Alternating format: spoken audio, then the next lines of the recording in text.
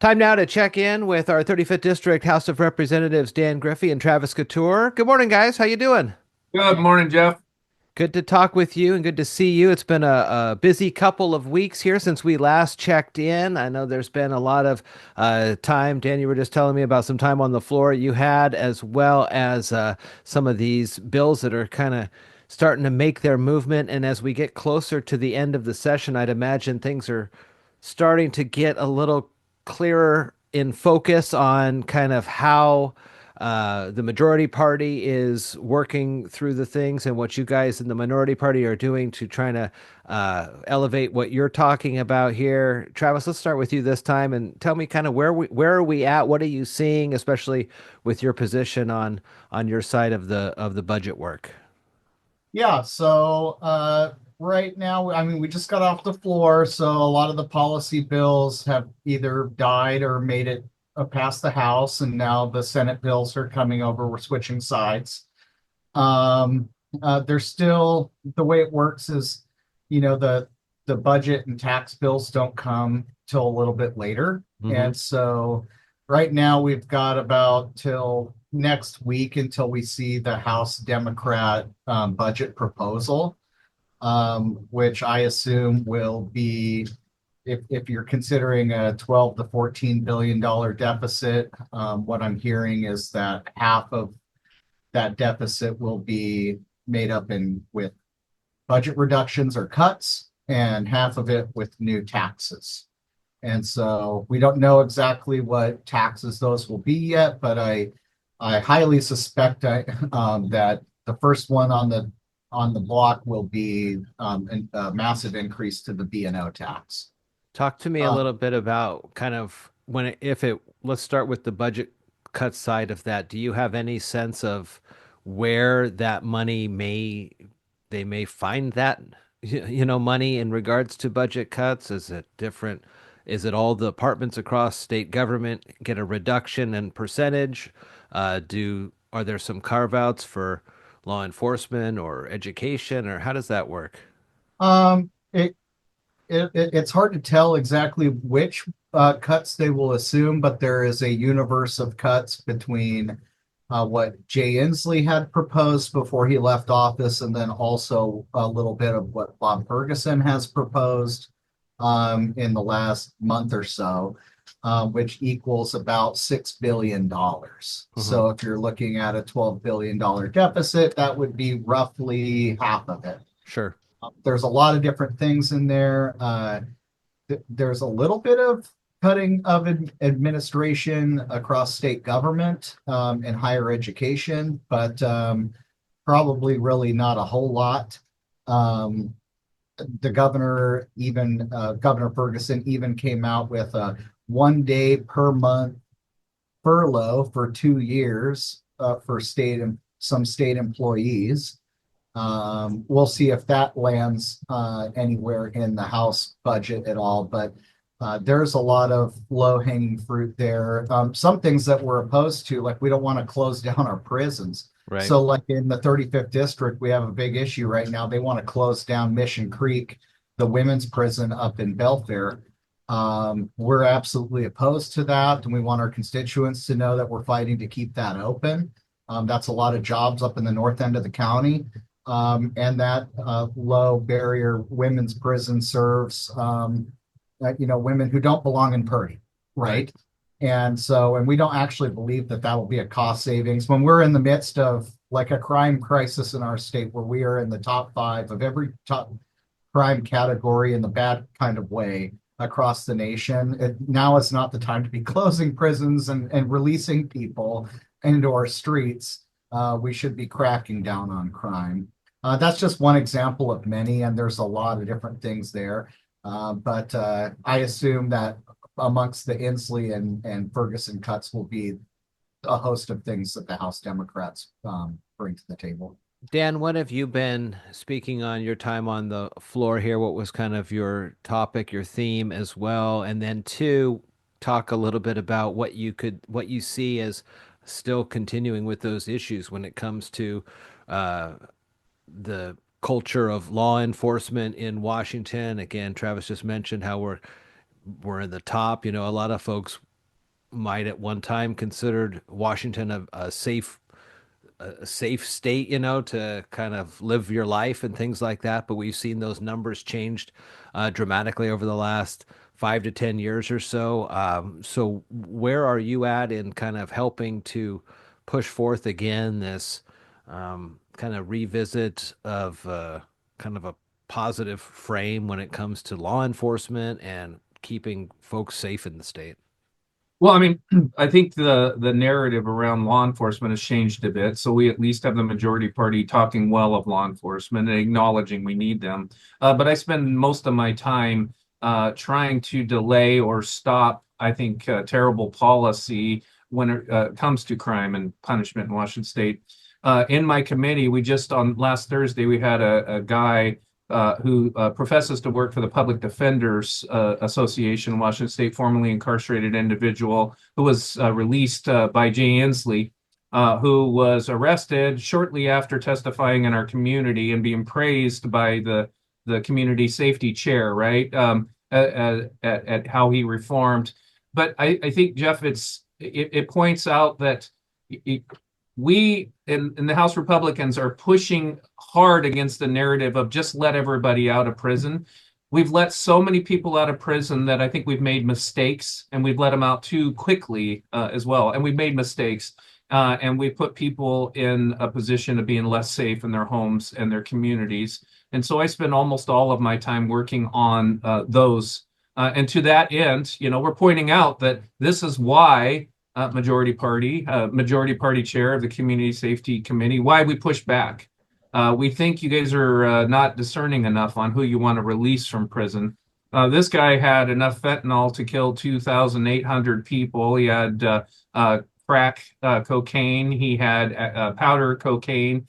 He had baggies. He had illegal guns, and he also had measurement tools so we have him for intent to distribute, and he's being held on $1.5 million bond. Just last Thursday, he was touted by the chair of the committee as somebody that's doing it the right way. I saw that, and that was a commutation from Governor Inslee before he left. Yes. So in that respect, what happens? So if you're commuted of a sentence, then are there any follow-up checks, or are you kind of just No, there's follow up. So when he's a commutation is different than a pardon, right? right? Yeah. And so he can be sent right back to the Hooskow to finish the rest of his time served, but he's going to do a lot more time now. But here's the problem: he was the picture poster child of the Defenders Association of reentry. So he would engage with those soon to come out, getting them prepared to leave the facility, and then helping them along their way. It begs the question, if you're doing that kind of operation, what actually are you doing? I mean, I want to ask those questions. I want the majority party to tell us the answers to that, because he could be setting these individuals that are being released early from prison up for failure. But the worst part is he could be teaching them to re-victimize society, and I want to know the answer. So I will be pushing back very hard on that. But many policies we were able to defeat on the House floor this year, other ways, resentencing to let people out of prison earlier. I was against that bill because I want to know more information. I want to know, all the math. Prove to me they rehabilitated. If you can prove to me they're rehabilitated, then where's the peer-reviewed science that says this person is highly likely not to reoffend society? I want to be sure. We should not be putting more people out in a position to re-victimize yourself, your family, and my family as well. Yeah, and Go ahead. just tagging on to that, there was a bill that was passed in the House on actually some Democrats sided with Republicans to vote no. House Bill 1131, which would have made it easier for the clemency board to give pardons and clemency to hardened criminals. And we stood up on the floor because there's people in our community in Mason County in the 35th who we told the story of Caitlin Stitt, who lives in Mason County, whose father was murdered by a man named David John Lennon back in the 1980s. And every 3 years, they could try to go for clemency, and then that family is re-victimized over and over and over again. We told their story on the floor. It's important to tell our constituents' story on the floor, and we just don't think that you know going from extreme circumstances to a reasonable or in the interest of justice, or as they call it, is a lower standard to release people into clemency or to pardon them for heinous crimes. And we don't want murderers getting let loose to re-victimize families and communities in our area. We were able to stop that last time around. Me and Dan and Drew McEwen sent 100 letters to finally get Governor Inslee at the time to back down. And he did, but we shouldn't have to do that every single time. But they passed this bill to make the clemency board even more lenient than it is. And that's going in the wrong direction. One of the things that I've been reading on the various social media pages in the Shelton, Mason County area, lots still talked about when it comes to the Parents' Bill of Rights, how parents are informed about things that are going on in their students' schools and school districts. Where are we at with any of the efforts that you've been pushing forth, Travis? Well, we had a 6.5 hour fight on the House floor and we lost. They took a couple of our amendments, but they were very minor, work around the edges. Jeff, they argued with me whether they could, if your child was experiencing a medical emergency, if the school could immediately contact you. Right. And they said that they couldn't do it. That was a HIPAA violation. Jeff, it's not a HIPAA violation. I served in medical profession for years. The scenario is a child is injured. The highest trained medical personnel is going to attend to that person. Then you're going to have a army of people looking up the personnel records or the kids' records for emergency contact, and somebody at the school is going to contact them. It's going to be that quick, Jeff. And there's no reason for them to argue against immediate notification. They made comments like, well, don't you want the nurse to treat your child? Yeah, absolutely I do. But that's not how it works. There are other people that work at schools, Jeff. Sure. And for them to say that they couldn't immediately notify the parents is offensive. And I think I think the passage of this bill is going to mean more parents are going to withdraw their kids from the K-12 education system. And because my seatmate says it all the time, the state doesn't own our children. We get to raise them till they're 18 years old. So in that scenario, you're saying either the nurse calls first or delivers care. Even though, like in the school that my son goes to, I've been in the office. The nurse's office is right next to kind of the the secretaries or whatever. And so you're saying that because it's the secretary would maybe make the phone call, that's the violation? No, it's the violation is what they try to do. They just want to argue, and they made a poor argument. The argument was they couldn't immediately notify family members if your kiddo was having a medical emergency. And I argued that it always happens that they do that because there are other people that work in the schools. It's not this nurse that is contacting the parents. Right. It's somebody that works for the school that contacts the parents. Well, and I think what's important for people to know, if they're just kind of becoming aware of this debate or this topic for the first time, is last session we passed initiative 2081, the Washington Parents' Bill of Rights.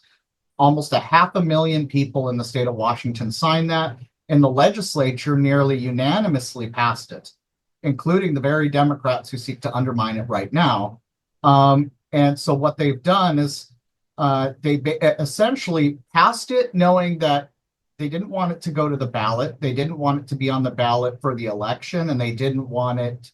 They didn't want to have a 2-year period where they couldn't amend it. So they passed it knowing they could come back this year and amend it. And so they have House Bill 1296, which undermines everything in the Parents' Bill of Rights, which as of right now is current law. It's current law this very moment. So like immediate notification if your child is sexually abused by a teacher in school, that's current law. Curriculum review, that's current law. So many other things. And we've lost a massive amount of trust in our communities And with K-12 schools, we spend more money than ever before, record amounts of money in K-12, but 3 times that of inflation, and we have the lowest education outcomes in 3 decades. And this, as Dan said, the stunning disenrollment of kids from schools, which costs our schools money. And as you can look around Shelton or Pioneer or North Mason, they're all in the hole financially. So this lack of trust costs our schools money, and it actually does harm families. We want to rebuild that trust, and you can't rebuild it by stepping in between loving parents and their kids. Parents deserve to know immediately when something bad happens to their kids in school. They want to know that their kids aren't, reading pornography in the school library, which is another amendment they denied. They want to know if there's some kind of healthcare or mental health related record or thing or education records that the parents have access to those things immediately and not never, right? And that's part of the problem. They said it was confusing and they need to go clean it up. Well, what they're doing is basically stripping the parents' Bill of Rights initiative that was passed and putting in place not only what was there previous to that, but they've even went steps further, and including going down divisive paths, talking about gender expression. And so creating new definitions in the law. We had, like Dan said, that 6-hour debate, and we couldn't pass amendments to protect girls in girls' bathrooms or locker rooms.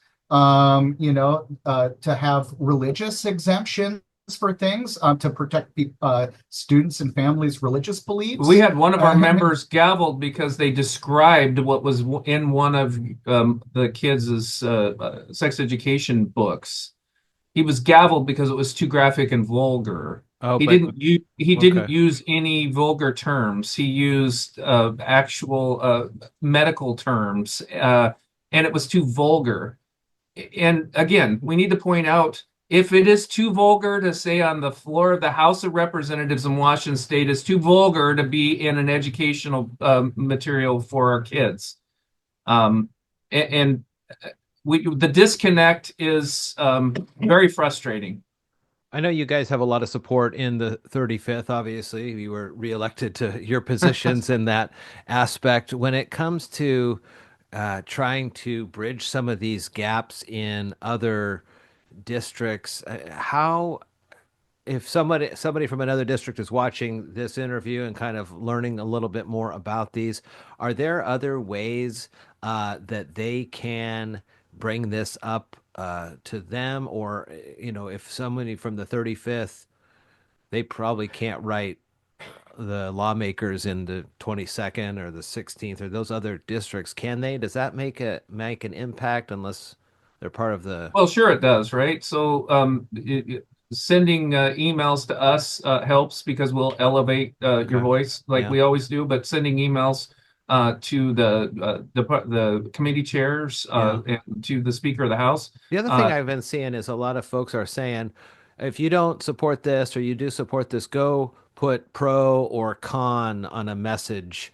You can remotely testify in the legislature now. It is a really neat tool for you to write what you have to say, and I read them all the time. I wonder if the majority party ever does, but I do like to get a sense and a feel of especially where my district's at on something, because I will represent them fiercely first, and then all of Washington a close second, right? Yeah.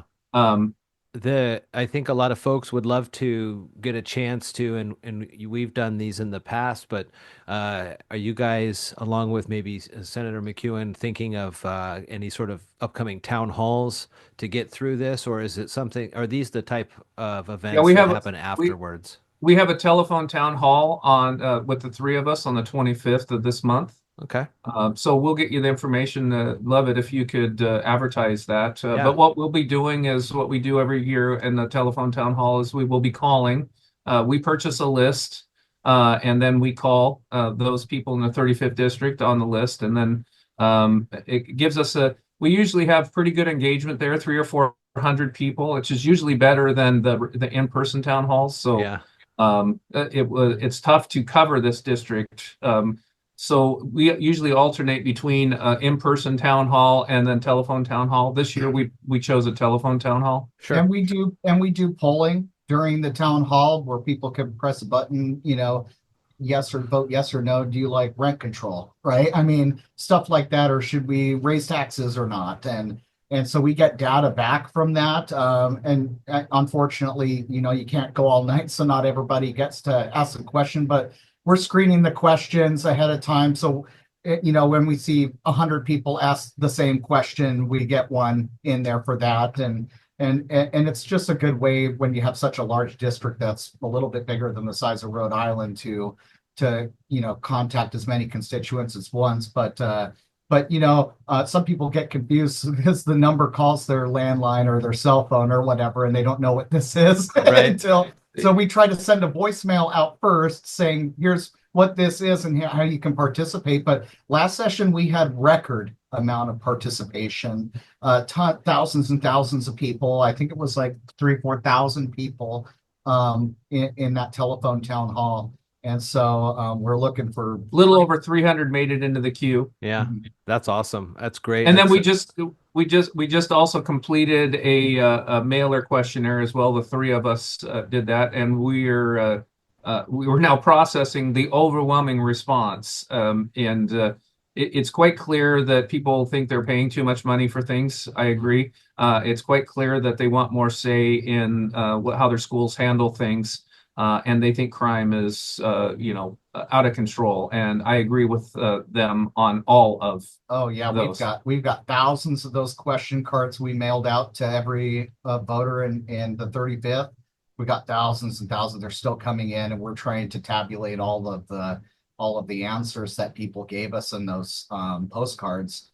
But a lot of good information there. I'm kind of just going back to what you guys were talking about earlier, and I think a lot of folks can land on the education aspect of their lives and how it impacts their families and generationally and things like that. And I wonder, and I don't know if this is even uh, this could be a rhetorical question, but I wonder if on some of these, what sound to me like in our conversation, kind of common sense fixes or securities for families, if they were brought up by the majority party. I mean, just the fact that maybe the minority party is saying this stuff, it's automatically getting voted down, or I don't know if you want to kind of riff on that a little bit, but I don't think so, Jeff. I think the majority is trying to appear inclusive by saying they want to create a solution for maybe a 0.02% or even a 2% concern that we have in our schools, and that's how we deal with LGBTQ population. And they want to do it universal, right? And they want to change all the rules so everyone has a level playing field. And I talked to you before about showering with transitioning females. I think that's unconscionably painful to young girls. Showering, if you remember right, just having to shower in middle school, that was a traumatic issue sure. for me. Yeah. And showering with other males, I don't like doing that still to this day, Jeff. So talk about a young girl that might be surviving sexual assault or domestic violence and having to face that. And they don't even give them like a warning shot. The person's put in there, here's Mary. Mary has a penis. You will shower with her. And if you look at the way Tumwater handled it, when the young lady decided she wasn't going to play in the basketball game, she was demonized in the beginning. Well, Tumwater did the right thing and passed a policy and said, hey, we're not going to have males competing against females. Now, I don't want to sound all anti-LGBTQ. I'm not. Our schools should be expected to enforce the anti-bullying laws that we have in Washington State, and that means everyone's protected. Just because a lady does not want to shower with a male, that doesn't mean she is being disrespectful or anything like that. She can determine when she wants to mature, when she wants to have exposure to that. And I find it sad that that's how they want to fix it. And I think too, in Washington State. On that issue as well, the legislature themselves may not be necessarily taking up that. They're waiting kind of for an OSPI mandate kind of I think it's supposed to happen in the next month or less, around April. So they're Well, not. the mandate from Human Rights Commission, Jeff, is clear that the schools have to provide shower accommodations for those in transition, and it must be fully inclusive. So that means because they want them to have a full life experience, and the narrative is if they don't have the full life experience where they're actually showering with the females, then they don't get to live the full female life. Again, I reject Lee on its face. I mean, I reject that on its face, right? That is, there's nothing about causing harm to others to fix someone else's or to accommodate someone else that is acceptable to me. Well, and I just think that it's important to point out that, not always in society do we agree on the path forward, but that's why we have a rule book called our Constitution. And parents have the 14th Amendment rights, as the U.S. Supreme Court has ruled over and over and over again, including cases like Troxel v. Granville in Washington State, where it says parents have the ultimate rights for the upbringing and education and the healthcare decisions of their children, unless there is child abuse or neglect.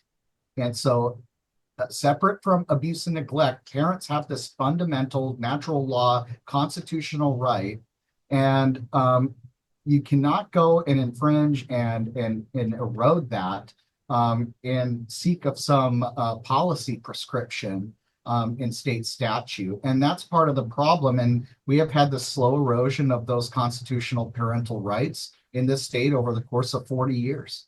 And parents are starting to wake up to it. They're sick of it in our schools. And like Dan said, we're protecting this less than 1% population. And are we really? We're not even really protecting them. As a matter of fact, I think it's kind of wild to say that.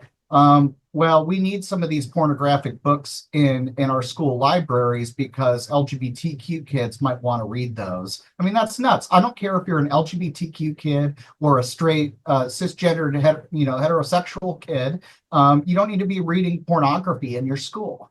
I mean, sometimes I feel like I live in the Twilight Zone here, Jeff, and that's just one of many issues. And I think that in order to help save our schools, Democrats will say Republicans just want to tear apart public education. Well, we haven't been in charge for 40 years. We're not tearing it apart. You've already torn it apart. It's failing right now in every measurable way. We're the ones trying to actually save it. And one of the steps in saving it is you got to rebuild trust. And that rebuilding of trust is hard. It's hard to rebuild trust. And you can't do that by disrespecting constitutional rights of parents. And also, I believe it makes kids less safe as well when you do that. But you can, like Dan said, you can still protect against discrimination in schools. Nothing about the Parents' Bill of Rights says that go ahead and discriminate against anybody. It doesn't say, tear apart the rights of LGBTQ people. Nothing about it says that. We already have so many things in our state law that protects those folks, and they would still be protected. But there is no reason why we should hide mental health records for a child who is thinking about killing themselves because they're confused and maybe going through a gender transition from parents. If that was one of my kids, I would go absolutely ballistic if the school hid from me the fact that my child had suicidal ideation from me. That is absolutely nuts. And I think that's the contrast here. And that's what we're trying to protect. We are a little less than a week away from that telephone town hall. Of course, I'll promote that on the radio so people can be aware that they'll be getting a phone call and they'll get another phone call about that coming up here. And as always, you can reach out with questions to your representatives here, Dan Griffey and Travis Couture, also State Senator McEwen, as well as they continue to work hard on behalf of the residents in the 35th and the state. Always good talking with you guys. Very passionate about all the things that you're covering and trying to focus on. And I really appreciate the time. Thanks, Jeff. Appreciate it. Guys.